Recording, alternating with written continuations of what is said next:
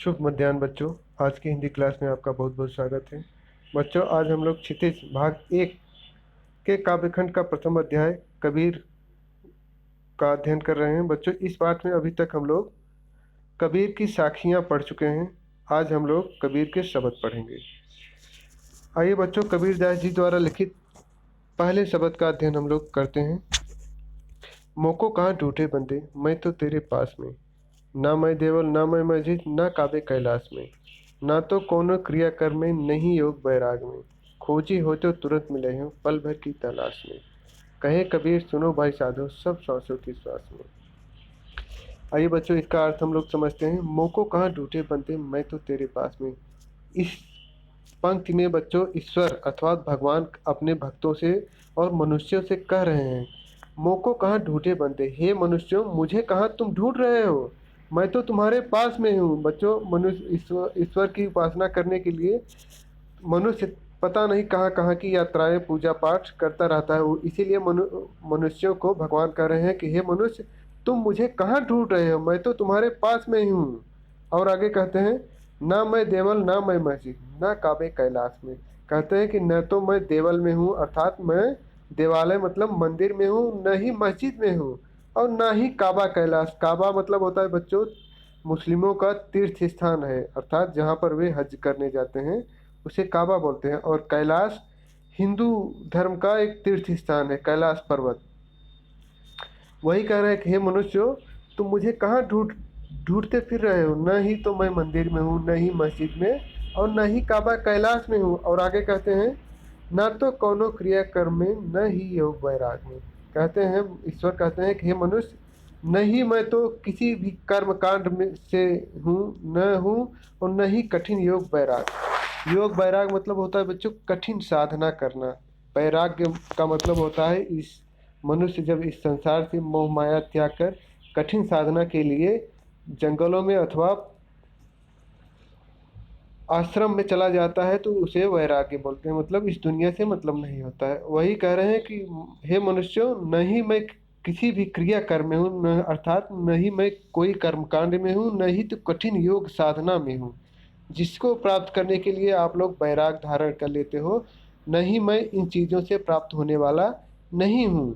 और आगे बच्चों बताते हैं भगवान कैसे प्राप्त हो सकते हैं, वही बताते हैं। खोजी हो तो तुरंत मिले हो, पल भर की तलाश में। भगवान कहते हैं, हे मनुष्य, अगर इस संसार में कोई खोजी व्यक्ति हो, खोजी मतलब सच्चा व्यक्ति हो जो सच्चे हृदय से मुझे चाहता हो, तो मैं तो तुरंत मिले हो पल भर की तलाश में। तुरंत मतलब मैं तुरंत ही मिली हूँ, मतलब मिल जाऊंगा। अगर कोई सच्चा खोजी व्यक्ति हो अर्थात कोई सच्चा भक्त हो तो मैं उसे तुरंत ही मिल जाऊंगा। मतलब उसे ज़्यादा खोजने की आवश्यकता नहीं है। आगे कहते हैं, कहे कबीर सुनो भाई साधो, सब श्वासों की श्वास में। आगे कबीरदास जी कहते हैं, हे संतों, हे ज्ञानी पुरुषों, सुनो, ईश्वर तो मनुष्यों की एक एक सांस में बसा हुआ है। उसे खोजने की जरूरत नहीं है। उसे खोजने के लिए मनुष्य मंदिर मस्जिद काबा कैलाश और कठिन योग साधना करता रहता है, परंतु ईश्वर तो उसे तुरंत ही मिल जाता है जो सच्चे हृदय से ईश्वर की उपासना अथवा कल्पना करते हैं।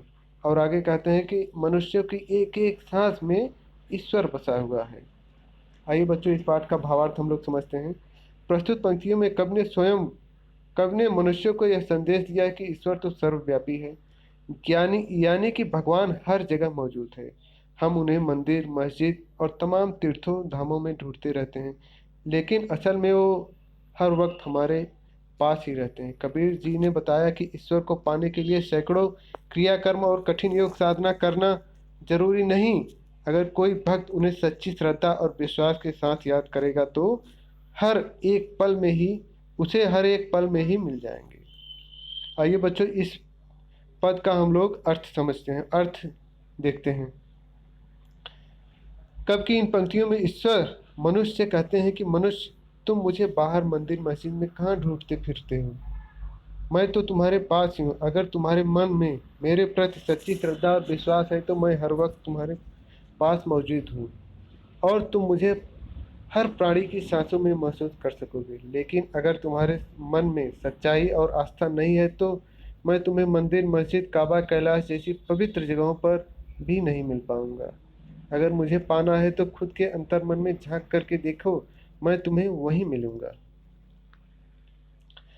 बच्चों, इसको हम पढ़ ले रहे हैं। अगला पद हम लोग अगले वीडियो में देखेंगे। ये वीडियो देखने के लिए बच्चों बहुत बहुत धन्यवाद। अगला वीडियो अभी आप लोगों को कुछ टाइम में मिल जाएगा।